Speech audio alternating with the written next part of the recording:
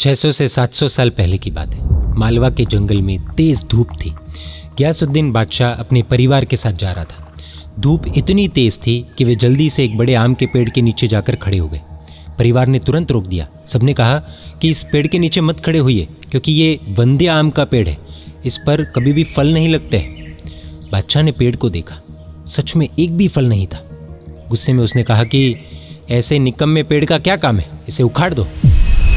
उसी समय संग्राम सोनी वहां पर मौजूद थे। वे बादशाह के महामंत्री और महासेनापति थे और एक दृढ़ जैन श्रावक भी थे। पेड़ को कटता देख उनकी दया जागी। वे आगे बढ़े और बोले कि बादशाह, मैं इस पेड़ से पूछ कर आता हूँ कि ये फलेगा या नहीं। बादशाह हंसे और बोले कि हाँ, जाओ पूछ लो। संग्राम सोनी पेड़ के पास गए। उन्होंने पेड़ को हाथ से स्पर्श किया और कहा कि अगर मेरा शील और सम्यक्त्व सच्चा है तो ये पेड़ अगले साल फल देगा। ये कहकर वे वापस आए और बादशाह से बोले कि पेड़ का कहना है कि अगर वो अगले साल फल नहीं देगा तो बादशाह उसके साथ जो चाहे वो कर सकते हैं। बादशाह को ये बात मजाक लगी, लेकिन उसने कहा कि ठीक है, देखते हैं क्या होता है। अगले दिन संग्राम सोनी अकेले उस पेड़ के पास वापस गए। उन्होंने उसके क्यारे को, यानी कि चारों ओर की मिट्टी को दूध से भर दिया और बोले कि मैंने तेरी रक्षा की है, अब तू मेरे वचन की रक्षा करना। पास में खड़े माली से उन्होंने कहा कि अगर फल लगे तो मुझे तुरंत सूचना देना। 1 साल बीत गया।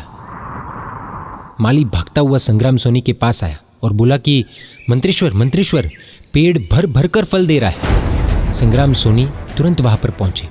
उन्होंने थाल भर कर आम तोड़े और बादशाह के दरबार में पहुंच गए। उन्होंने थाल बादशाह के सामने रखा और कहा कि ये उसी पेड़ के आम है जिसे आप उखाड़ने का आदेश देने वाले थे। बादशाह दंग रह गया। उसने पूरी बात की जांच करवाई। जांच में सब कुछ सही निकला। पेड़ सचमुच फल दे रहा था। पूरा दरबार चकित था। बादशाह के मन में संग्राम सोनी के लिए सम्मान कई गुना बढ़ गया।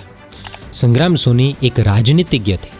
सत्ता, पद, जिम्मेदारियां सब उन पर थी, फिर भी उन्होंने अपना चरित्र नहीं छोड़ा, ब्रह्मचर्य नहीं छोड़ा, अपनी जैन मान्यताएं नहीं छोड़ी। यही चरित्र और यही सम्यक्त्व आगे जाकर ऐसी संकल्प शक्ति बना कि जिसे लोग असंभव कहते थे वो संभव हो गया। आज हम क्या करते हैं? स्टेटस के लिए कैरेक्टर बेच देते हैं, सोसाइटी के लिए बिलीफ छोड़ देते हैं। सबको अच्छा लगना चाहिए, इसलिए हम हमारे आचार छोड़ देते हैं और फिर हम बोलते हैं कि ज़माना ही ऐसा है। सच ये है कि ज़माना खराब नहीं है, हम कमज़ोर हो गए। सवाल एक ही है, हम किसके पुजारी हैं?